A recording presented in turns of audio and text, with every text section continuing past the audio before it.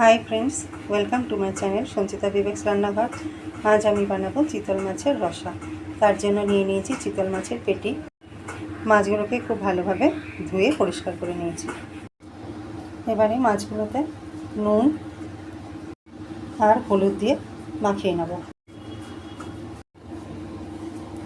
খুব ভালোভাবে নুন আর হলুদ দিয়ে মাখিয়ে নিচ্ছি। এরপর মাছগুলো ভেজে নেব। কড়াইতে সর্ষের তেলে এবার মাছগুলো খুব ভালোভাবে ভেজে তুলে নেব।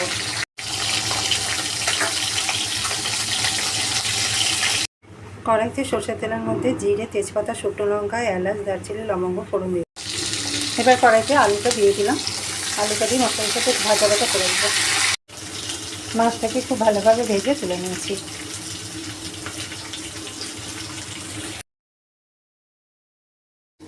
এবারে রসাটার জন্য মশলা তৈরি করে নেব। জিরে, ধনে, কাঁচা লঙ্কা বেটে নিয়েছি, তার মধ্যে দিচ্ছি নুন, দিচ্ছি হলুদ, দিচ্ছি পরিমাণ মতো লঙ্কার গুঁড়ো, যে যেমন ঝাল খাবে, আর দিচ্ছি খুব সামান্য চিনি। আলুটা ভাজা ভাজা হয়ে গেছে। এবারে আমি মশলাটা দিয়ে কষিয়ে নেব। মশলাটা থেকে তেল বেরিয়ে এসছে, মশলাটা কষানো হয়ে গেছে। এবারে দিয়ে দিচ্ছি সামান্য জল।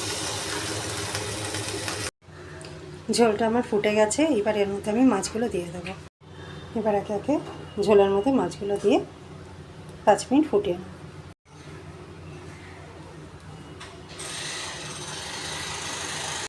এবার ঝোলটার মধ্যে দিয়ে দিচ্ছি 1 চামচ ঘি